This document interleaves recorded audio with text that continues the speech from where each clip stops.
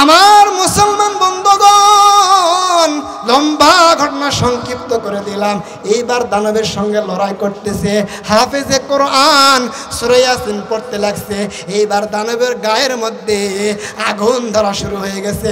দানব বলে, হাফেজে কোরআন, আজকে হয়তো আমার কাছ থেকে বাঁচবা, কালকে তুমি বাঁচবা না। হাফেজ সাহেব বলে, আজকে যে আল্লাহ বাঁচালো, কালকে ওই আল্লাহই বাঁচাবে। প্রিয় হাজিরিন, দানব সেখান থেকে চলে গেল। দানব আর বলল, আর কোনোদিন আসবো না, এ মালদ্বীপে আসবো না। এ বাজান, পরের দিনে মহিলার বেটি গেছে, যার পরে দেখে হাফেজে কোরআন এইবার জিন্দা বসে আছে, কালেমা পড়ে মুসলমান হয়ে গেছে। ওই ঘটনা দেখিয়া মালদ্বীপের সমস্ত মানুষ কালেমা পড়ে মুসলমান হয়ে গেছে। কোন সুবহানাল্লাহ। এইবার আফ্রিকার যুবক ডাক দিয়ে বলতেছে, ও দাদা, চলো না আমার মাদ্রাসার ভিতরে লইয়া। বলে, কেন? বলে, আমি একটু বড় হুজুরের সঙ্গে কথা বলতে চাই। বড় হুজুরের সঙ্গে দেখা হইল। এইবার ডাক দেখ, হুজুর, বড় অন্যায় করেছে, অপরাধ করেছি গো।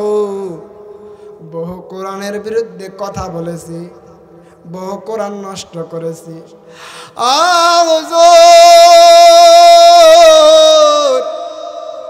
আজকে তোমার সামনে তওবা করলাম, আমারে কালেমা পড়ায়া আমারে মুসলমান বানায়া দাও। লা ইলাহা ইল্লাল্লাহ, লা ইলাহা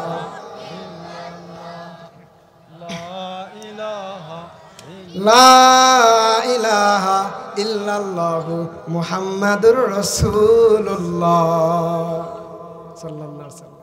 কয়জন মুসলমান হয়েছে? একজন। লক্ষ লক্ষ জন মুসলমান হয়, এমন ঘটনা বললে কারা কারা শুনবেন? লিল্লাহি তাকবীর। আমার মুসলমান বন্ধুগণ, মুরব্বী বাবারা, সময় অতি স্বল্প, ডাইরেক্ট চলে গেলাম। যে ঘটনা শুনে একজন নয়, দুইজন নয়, মালদ্বীপের লক্ষ লক্ষ মানুষ কালেমা পড়ে মুসলমান হয়েছে। এ ব্যক্তির নাম হাফেজ আবুল বারাকাত। মক্কা মদিনায় বাড়ি, আরব দেশে বাড়ি। জাহাজে যাইতেছিল বাবাজি, হঠাৎ করে সমুদ্রের মধ্যে জাহাজ ডুবে গেছে। আল্লাহ রব্বুল আলামিন কোরআনের এই পাখিকে, হাফেজ আবুল বারাকাতকে মালদ্বীপের দ্বীপে কুদরতিভাবে উঠিয়ে দিলেন। মালদ্বীপের দ্বীপে যখন হাফেজ আবুল বারাকাত উঠে যখন গেল, চিন্তা করে দেখে রাত পোহায়া যাইতেছে, নাই গো কেহ নাই, কোনো জায়গায় মসজিদ নাই, কোনো জায়গায় আজান হয় না। আল্লাহরে ডাক দিয়ে বলে, আল্লাহ, তোমারে ডাক দেওয়ার মতো কেউ কি নাই আল্লাহ? কেউ কি আজান দিবে না? কেউ কি তোমার দরবারে সেজদা দিবে না? ইতিমধ্যে দেখে একজন মানুষ ল্যাম্প নিয়া, চেরাক নিয়া, একটু আলো নিয়া মন্দিরের দিকে চলে আসতেছে, মালদ্বীপে চলে এসেছে। এইবার মুরব্বীকে ডাক দিয়ে কয়ে, চাচা গো, আজান কি দিবে না চাচা? লোকটা চমকে উঠল, হাই হাই বলো কি? এইটা মনে হয় মুসলমান। জানে না এই মালদ্বীপে সরকার ঘোষণা করে দিছে, যদি তোমরা মুসলমানের সন্তান চাও তাহলে তোমরা তাকে আমার কাছে নিয়ে আসবে, হয় আমি তাকে লক্ষ লক্ষ টাকা পুরস্কার দিব। চিন্তা করতেছে, আর পূজা করব না, আর পূজা করব না, আমি এইবার এই সন্তানকে ধরে নিয়ে যাব। সন্তানকে ডাক দিয়ে বলে, সন্তান রে, তোমার নাম কি? বলে, হাফেজ আবুল বারাকাত। তোমার ধর্মের নাম কি? মুসলমান। তোমার প্রভুর নাম কি? বলে, আল্লাহ। আল্লাহ, মোহাব্বতে বলেন আল্লাহ। এইবার বলে, এ সন্তান, তোমার নেতার নাম কি? এইবার হাফেজ আবুল বারাকাত ডাক দিয়ে কই, মুহাম্মদ মুহাম্মাদুর রাসূলুল্লাহ। এইবার মায়া লাগছে। এইবার ভদ্রলোকটা বলে, এ যুবক সন্তান, তুমি যে মানুষের নাম নিলা আমার মোহাব্বত ঢুকেছে। আমি একটু আগে চিন্তা করলাম তোমাকে ধরা দিব না গো সন্তান, না, তোমাকে আমি ধরা দিব না। তুমি যে ব্যক্তির নাম বলেছ আমার বড় মোহাব্বত লেগেছে। ওই মোহাম্মদের ওসিলায় আমি তোমাকে গোপন রাখবো। চিৎকার দিয়ে কোন সুবহানাল্লাহ। দেখেন রসুলের প্রেম থাকলে কি হয়। এই জন্য বলেন রহমতুল্লিল আলামিন নবী, রহমতুল্লিল আলামিন নবী, কোরআনে প্রমাণ। আশেক বিনে কে বুঝিবে আমার দয়াল নবীর শান, আশেক বিনে কে বুঝিবে আমার দয়াল নবীর শান। লিল্লাহে তাকবীর। নবী আমার মদিনারি বলবো,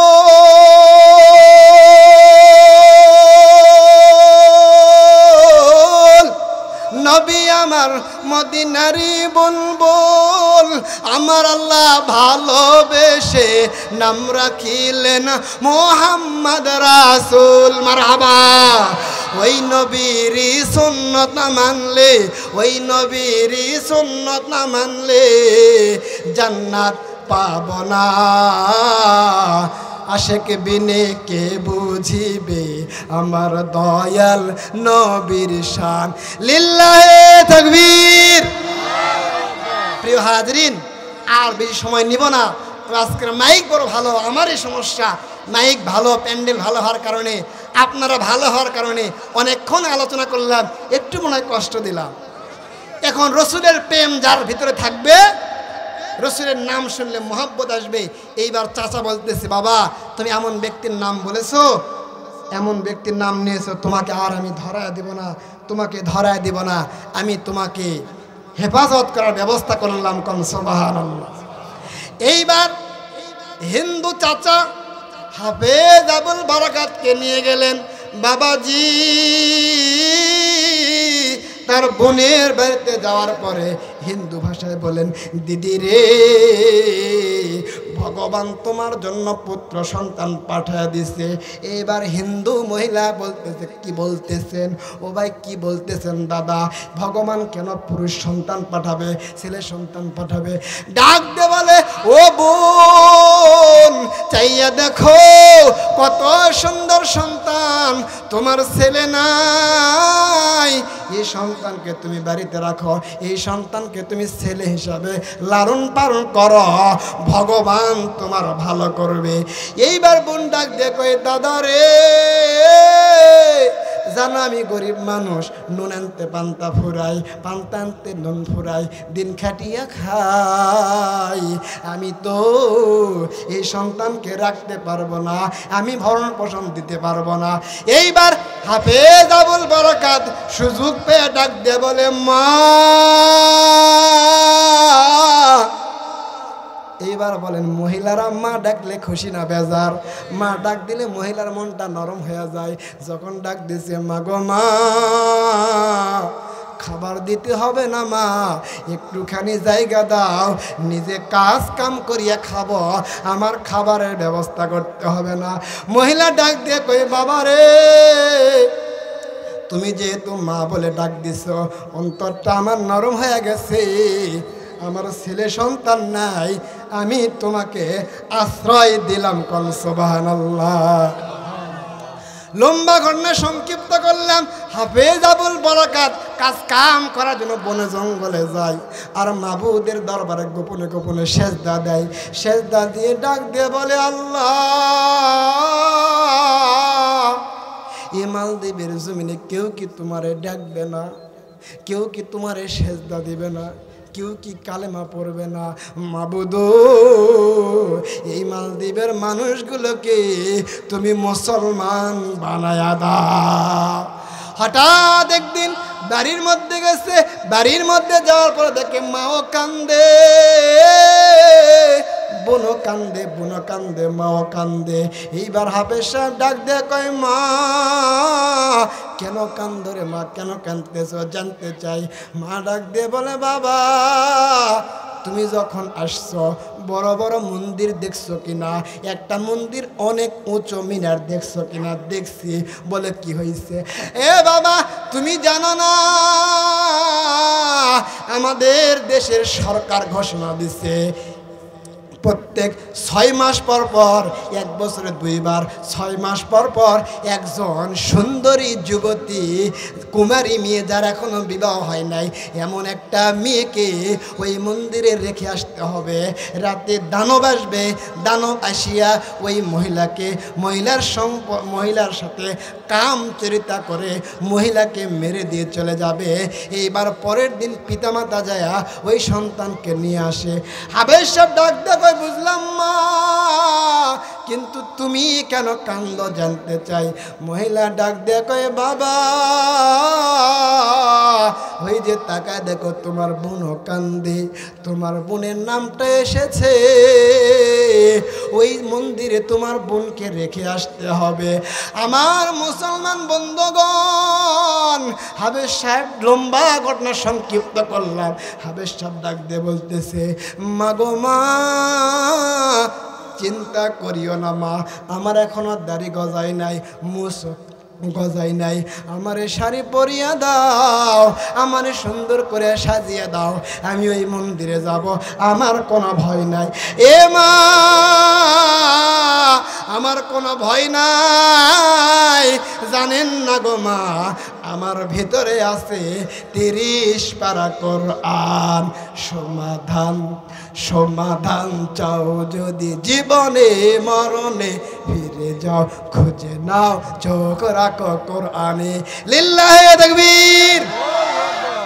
এইবার মহিলা চমকে গেল, হায় হায় বলো কি, তুমি কি মুসলমান? বলে হ্যাঁ মুসলমান।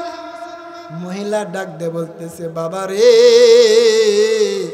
এতক্ষণ টেনশন ছিল একটা, এখন টেনশন হয়ে গেল, জোরে বলেন কয়টা?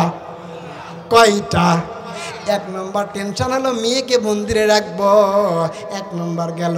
2 নম্বরে এদেশের সরকার যদি জানতে পারে যে তুমি মুসলমান, তোমার ঘরে জায়গা দিছি, তাহলে একই সঙ্গে মেয়ের সঙ্গে তোমাকেও বাঁধবে, আমাকেও বাঁধে, আমার গোটা পরিবারকে আমাদেরকে মেরে ফেলবে। কথা বলেন ঠিক কিনা? ডাকতে বলতেছে, মা চিন্তা করিও না মা, কোরআন আমাকে হেফাজত করবে। এই কোরআনের কাছে আশ্রয় নিয়েছে মাগো মা, তাদেরকে হেফাজত করবে কোরআন। তুমি আমারে বউ সাজায় দাও। বউ সাজায় দিচ্ছে। তো এইবার বউ সাজা দিচ্ছে, বউ সাজাইতে অর্ধেক সাজাইছে। মা বলে না আর বউ সাজাবো না। বলে কেন? বাবা তুমি জানো না যে তোমাকে সাজাইতেছে বউ, তুমি ছেলে সন্তান, এই বউকে 3বার চেক করতে হয়। 3বার চেক করলে তুমি ধরা পড়লে তোমার সাথে আমারও জেল হবে, জরিমানা হবে, আমাকে মরতে হবে, তোমার বউ সাজাবে। ছেলেটা ডাক দিয়ে বলে, মা দাও না মা, বউ সাজায় দাও, বাকিটা হেফাজত করবে আল্লাহ। বউ সাজাইছে। এইবার নির্দিষ্ট সময়ে দিনের বেলা 12টা যখন বাজে, এইবার সৈন্যরা চলে আসছে, পুলিশ চলে আসছে। ডাক দিয়ে বলে, ভগবানের ভোগ কোথায়? ভগবানের ভোগ কোথায়? হাজির কো, হাজির কো। আরে প্যাপো বেশি বাজাচ্ছে। এইবার বন্ত চমকট সাহেব সাহেব আমাকে নিয়ে যান, কথা বলেন, চেক করবে। চেক করলে ধরা খাবে। একজন কয়ে, কি সুন্দর মহিলা বারে, কি সুন্দর মেয়ে, কথা কয় না। আগে যত করে নিয়ে গেছি, কেউ ঝাঁপ দেয়, গলার দড়ি দেয়, কেউ মা গাটকা ধরে, বাপক চাপা ধরে, ভদ্র মহিলা, একে চেক করা যাবে না। এবার নিয়ে গেছে মন্দিরে, রাজপ্রাসাদে। এইবার 2 দিকে বাদশা, 2 দিকে 2 বউ বসা। এইবার চেক করবে রাজমহলে। ছোট বউ ডাক দেয়া কয়, স্বামী গো, মহিলার দয়া, মহিলা বলছে কি সুন্দর মেয়ে, এই মেয়েকে তো চেক করো স্বামী, ভগবান রাগ করবে। এই মেয়ের লজ্জাস্থান দেখলে ভগবান রাগ করবে। মেয়ে হয়ে মেয়ের দত বুঝি, আমি তোমার গিন্নি, আমি তোমার ছোট বউ, আমি তোমার ভালোবাসার বউ, আমার একটা কথা মানবেন স্বামী? বলে কি? বলে একে তুমি চেক করো না, চেক করা ছাড়াই অন্দর মহলে চেক করা ছাড়াই মন্দিরে ঢুকায় দাও, ভগবান আজকে মজা পাবে। ঢোকানো হলো, রাত 12টা বেজে গেছে, দানব আসতেছে, দানব চলে আসছে। আসার পরে বলে তুমি কে? বলে আমি আল্লাহর বান্দা মুসলমান। বলে তুমি কে? বলে আমি দানব, আমি তোমাকে মেরে ফেলবো, এখানে কিভাবে আসলে? বা মুসলমান বাবাজিরা, এইবার দানব মহিলা মনে করে পিছের দিকে চুল ধরছে। বাবাজি চুল যখন খসে গেছে, এইবার দেখে ছেলে সন্তান, ডাক দেয়া বলে তুমি কে? তোমার মালিক কে? বলে আমার মালিক হলেন আল্লাহ। বলে তোমার মালিকের পরিচয় কি? বলে পরিচয় বলতেছি, আমার মালিকের পরিচয় কুল্লু আল্লাহু আহাদ আল্লাহুস সামাদ লাম ইয়ালিদ ওয়া লাম ইউলাদ ওয়া লাম ইয়াকুল লাহু কুফুয়ান আহাদ। আমার মুসলমান বন্ধুগণ, লম্বা ঘটনা সংক্ষিপ্ত করে দিলাম। এইবার দানবের সঙ্গে লড়াই করতেছে, হাফেজে কোরআন সূরা ইয়াসিন পড়তে লাগছে। এইবার দানবের গায়ের মধ্যে আগুন ধরা শুরু হয়ে গেছে। দানব বলে হাফেজে কোরআন, আজকে হয়তো আমার কাছ থেকে বাঁচবা, কালকে তুমি বাঁচবা না। হাফেজ সাহেব বলে আজকে যে আল্লাহ বাঁচালো, কালকে ওই আল্লাহই বাঁচাবে। প্রিয় হাজিরিন, দানব সেখান থেকে চলে গেল। দানব আর বলল আর কোনোদিন আসবো না, এ মালদ্বীপে আসবো না। এ বাজান, পরের দিনে মহিলার বেটি গেছে, যার পরে দেখে হাফেজে কোরআন এইবার জিন্দা বসে আছে, কালেমা পড়ে মুসলমান হয়ে গেছে। ওই ঘটনা দেখিয়া মালদ্বীপের সমস্ত মানুষ কালেমা পড়ে মুসলমান হয়ে গেছে। কম সুবহানাল্লাহ।